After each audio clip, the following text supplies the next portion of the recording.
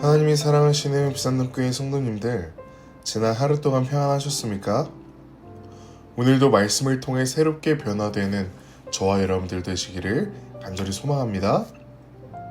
오늘 우리에게 주시는 하나님 말씀은 창세기 26장 12절부터 25절 말씀입니다. 우리 함께 읽겠습니다. 이삭이 그 땅에서 농사하여 그 해에 100배나 얻었고 여호와께서 복을 주심으로 그 사람이 창대하고 왕성하여 마침내 거부가 되어 양과 소가 때를 이루고 종이 심이 많으므로 블레셋 사람이 그를 시기하여 그 아버지 아브라함 때에 그 아버지의 종들이 판 모든 우물을 막고 흙으로 메었더라. 아비멜렉이 이삭에게 이르되 내가 우리보다 크게 강성한즉 우리를 떠나라. 이삭이 그곳을 떠나 그랄 골짜기에 장막을 치고 거기 거류하며 그 아버지 아브라함 때에 팠던 우물들을 다시 팠으니 이는 아브라함이 죽은 후에 블레셋 사람이 그 우물들을 메었음이라.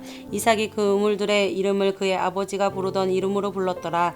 이삭의 종들이 골짜기를 파서 샘 근원을 얻었더니 그랄 목자들이 이삭의 목자와 다투어 이르되 이 물은 우리의 것이라 하매 이삭이 그 다툼으로 말미암아 그 우물의 이름을 에색이라 하였으며 또 다른 우물을 팠더니 그들이 또 다툼으로 그 이름을 신나라 하였으며 이삭이 거기서 옮겨 다른 우물을 팠더니 그들이 다투지 아니하였으므로 그 이름을 르호봇이라 하여 이르되 이제는 여호와께서 우리를 위하여 넓게 하셨으니 이 땅에서 우리가 번성하리로다 하였더라.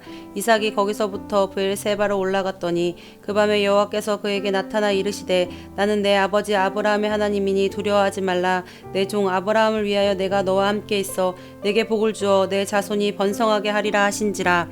이삭이 그곳에 제단을 쌓고 여호와의 이름을 부르며 거기 장막을 쳤더니 이삭의 종들이 거기서도 우물을 팠더라. 아멘.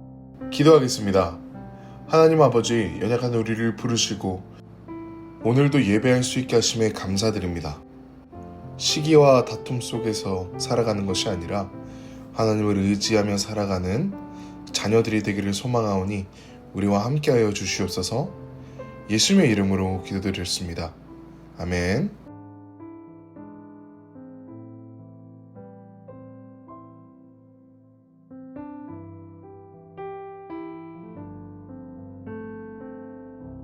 오늘 본문에 나오는 이삭은 지금 기근으로 인해서 블레셋에 속한 그랄에 머물고 있습니다. 기근 속에서도 하나님은 이삭에게 애굽으로 내려가지 말라고 명하십니다. 그렇게 그랄에 머물게 된 이삭은 12절을 보시면 그 해에 100배나 얻게 되었다라고 이야기합니다. 그저 몇 배가 아닌 자그마치 100배나 얻었다는 것은 그만큼 셀 수 없이 많은 이익을 이삭이 얻게 되었음을 보여주고 있습니다.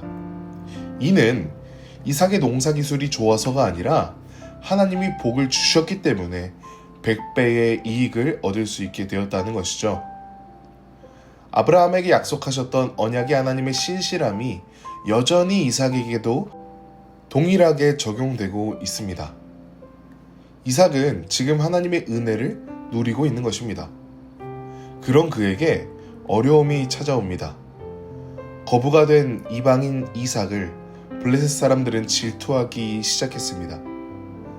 그래서 15절에 보시면 그 아버지 아브라함 때에 그 아버지의 종들이 판 모든 우물을 막고 흙으로 메웠더라 라고 이야기하는데요.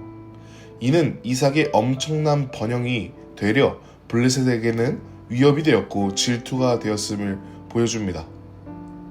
그래서 블레셋 사람들은 그 이방인 가문의 모든 우물을 다 메꾸어 버렸습니다.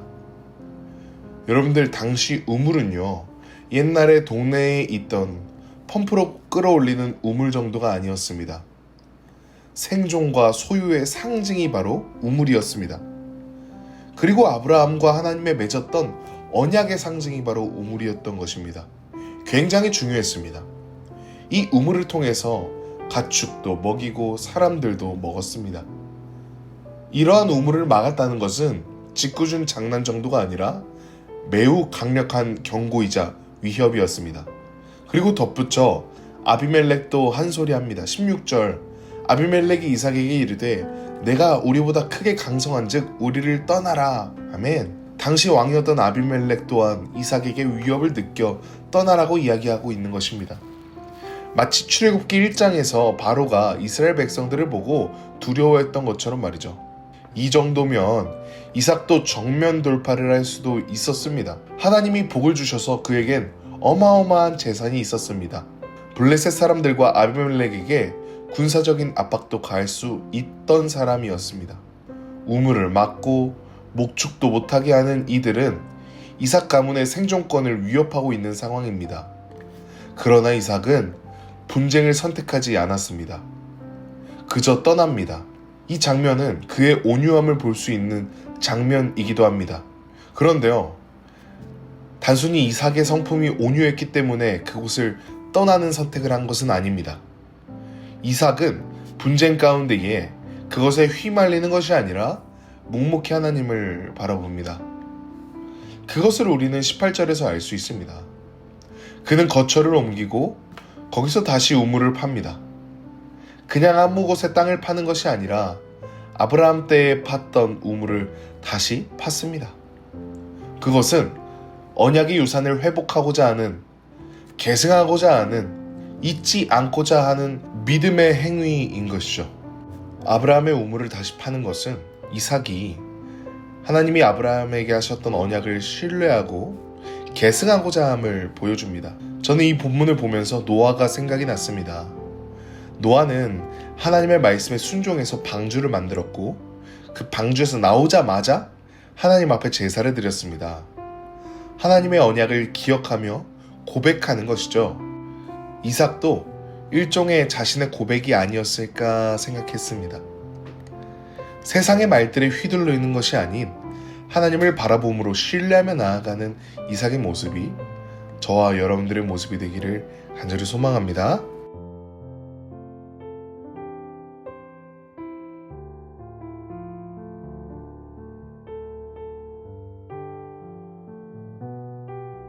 자신이 거류하던 곳을 떠나 골짜기로 간 이삭의 가문은 아브라함이 팠던 우물을 다시 팝니다.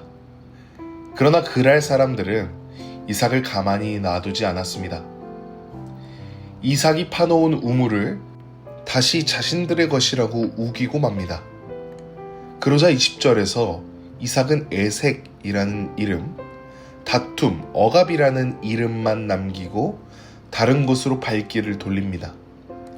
이삭은 블레셋 사람들에 의해 패하는 것 같아 보이는 것 같습니다. 그러나 하나님이 주실 땅을 기대했습니다. 물론 힘으로 지킬 수 있었지만 하나님의 인도하심을 소망했던 것이죠. 그리고 또 다른 우물을 팠습니다. 여전히 그들은 이삭을 따라옵니다. 그리고 이삭은 또 이름만 남기고 다른 곳으로 이동합니다. 신나라는 이름을 붙이는데요. 이는 적대라는 뜻으로 사탄과 같은 어근을 가지고 있습니다. 더 심한 박해를 받고 있음을 점진적인 이름의 변화를 통해서 알 수 있습니다. 그럼에도 여전히 이삭은 다른 곳으로 떠납니다. 그렇게 세 번째 우물을 팔 적에 다투지 않게 되었습니다. 이삭은 그 우물을 르호봇, 넓은 땅, 넓은 공간이라고 이름을 짓고 고백합니다. 여호와께서 우리를 위하여 넓게 하셨다고 고백합니다. 이삭은 우물의 이름을 통해 자신이 겪고 있는 갈등이 깊어지는 것을 상징적으로 표현하고 있습니다. 결국 그는 그 갈등 속에서도 마침내 다툼이 없는 르호봇에 이르게 되었고 이를 두고 여호와께서 우리를 위하여 넓게 하셨다고 고백합니다. 이것은 단순히 우물을 얻었다는 뜻이 아니라 이 모든 것이 하나님의 인도하심으로 주어진다는 신앙의 고백인 것이죠. 이삭은 세상적인 기준으로 보면 끊임없이 밀려나고 손해를 보는 사람처럼 보입니다. 하나님이 예비하신 땅이 인간의 싸움과 권리 주장으로 얻어지는 것이 아니라 하나님의 방식으로 주어지는 것임을 알았기 때문에 다투지 않고 묵묵히 길을 옮겼습니다. 결국 그는 하나님이 넓혀주시는 장소에 이르렀고 그곳에서 참된 평안을 누렸습니다.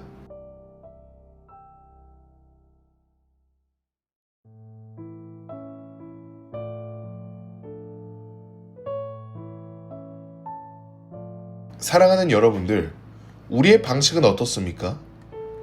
신앙생활을 하면서, 아니, 그냥 세상에서 살아가는 신앙인으로서 블레셋의 방식으로 살아갑니까? 아니면 이삭의 모습으로 살아갑니까? 저는 오히려 블레셋의 방식으로 살아갈 때가 많은 것 같습니다. 싸워서 쟁취하고 얻어내고 나에게 오는 불이익을 조금이라도 줄이기 위해서 가진 힘을 쓰면서 말이죠. 그렇지 않습니까? 그것이 세상을 살아가는 당연한 방법이지 않습니까? 싸움을 포기하지 못하는 우리의 모습이 마치 블레셋의 모습입니다. 왜 그렇죠?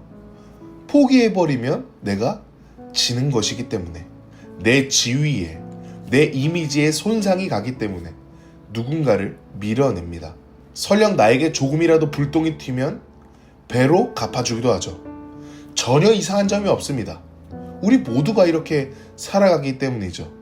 예수를 믿던 믿지 않건 말입니다. 그런데 예수를 믿는다는 건 어쩌면 그 익숙한 방식과는 반대로 걷는 것일지도 모릅니다. 때로는 손해를 보고, 때로는 뺏기고, 때로는 오해받고, 때로는 억울한 침묵 속에서 머물러야 할 수도 있습니다. 오늘 이삭이 우물을 빼앗겼던 것처럼 말입니다. 우리는 이렇게 말할 수 있습니다. 내가 물러서면 지는 거 아닌가요? 왜 내가 양보해야 하죠? 왜 내가 참아야 하죠? 내가 참으면 나만 바보 되는 거 아닌가요? 그런데 이삭은 자기 힘으로 싸워서 얻을 수 있었던 우물을 다투지 않고 물러났습니다.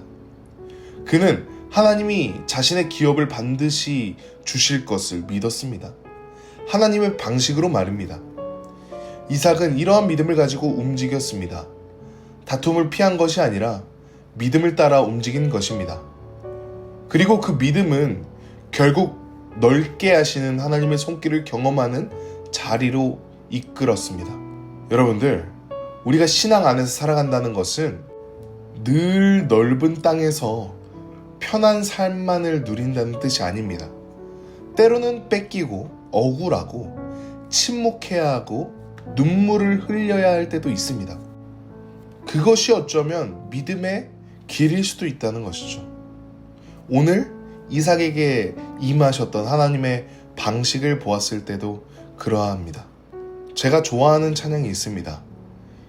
이 찬양을 들을 때 이삭의 이야기가 떠오르는 것 같아요. 바로 주의 자녀로 산다는 것은 이라는 찬양입니다. 그 가사 중에 이런 구절이 있습니다. 주의 자녀로 산다는 것은 불 가운데로 걸어가는 것. 얼마나 진실한 고백입니까? 하나님의 자녀라고 해서 그 길이 늘 평탄하고 화려하지 않습니다. 때론 불길 같은 현실을 지나야 합니다. 그 불은 억울함일 수도 있고, 인간관계의 어려움일 수도 있고, 경제적인 손해나 사회적인 외로움일 수도 있습니다. 그러나 그 다음 가사는 이렇게 이어져요. 그 속에서 신실하게 날 지키시는 그 손길을 경험하는 것. 맞습니다. 우리가 신앙생활을 하면서 중요한 것은 고난의 부재가 아니라 고난 중에서 드러나는 하나님의 임재를 경험하는 것입니다. 세상 사람들은 다투고 쟁취하려 하지만 하나님의 사람은 그 다툼 너머에 계신 하나님을 신뢰하며 묵묵히 걸어가야 한다는 것입니다. 이삭이 보여준 길이 바로 그 길입니다. 싸우지 않았지만 잃지 않았습니다. 양보했지만 하나님께서 넓게 하셨습니다. 억울한 듯 했지만 결국에는 하나님의 은혜를 경험했습니다. 사랑하는 여러분들, 우리는 블레셋의 방식에 너무 익숙해져 있습니다. 어떻게든 내가 불이익을 받지 않으려는 모습이 싸움을 당연하게 만듭니다. 하지만 오늘 말씀은 우리에게 도전합니다. 이삭의 길을 도전합니다. 그 길은 바보 같은 길일 수 있습니다. 때로는 답답하고 손해같고 억울하고 외로운 길일 수도 있습니다. 그러나 그 길 끝에서 우리는 결국 르호봇을 만나게 될 것입니다. 하나님이 주신 공간, 다툼이 없는 평안한 공간, 신실하신 하나님의 은혜를 경험하게 될 것입니다. 믿음으로 산다는 것은, 주의 자녀로 산다는 것은 불 가운데로 걸어가는 것이지만 그 불 속에서도 나를 지키시는 주님의 손을 경험하게 될 것입니다.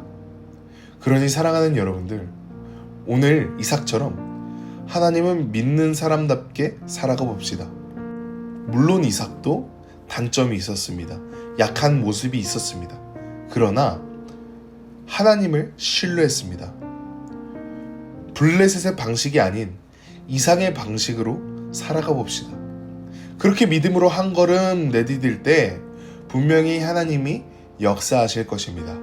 그 믿음으로 오늘을 살아내는 저와 여러분들 되시기를 간절히 소망합니다. 기도하겠습니다. 온 만물을 지으신 하나님 경배합니다. 주님 홀로 영광 받으소서. 찬양받기 합당하신 하나님, 새벽 기도회를 허락하심에 감사드리고 오늘의 하루를 허락하심에 감사드립니다. 믿음의 길이 때론 가시밭길일지라도 그 속에서 신실하게 우리를 지키시는 그 손길을 경험하는 하루를 살아가게 하여 주시옵소서.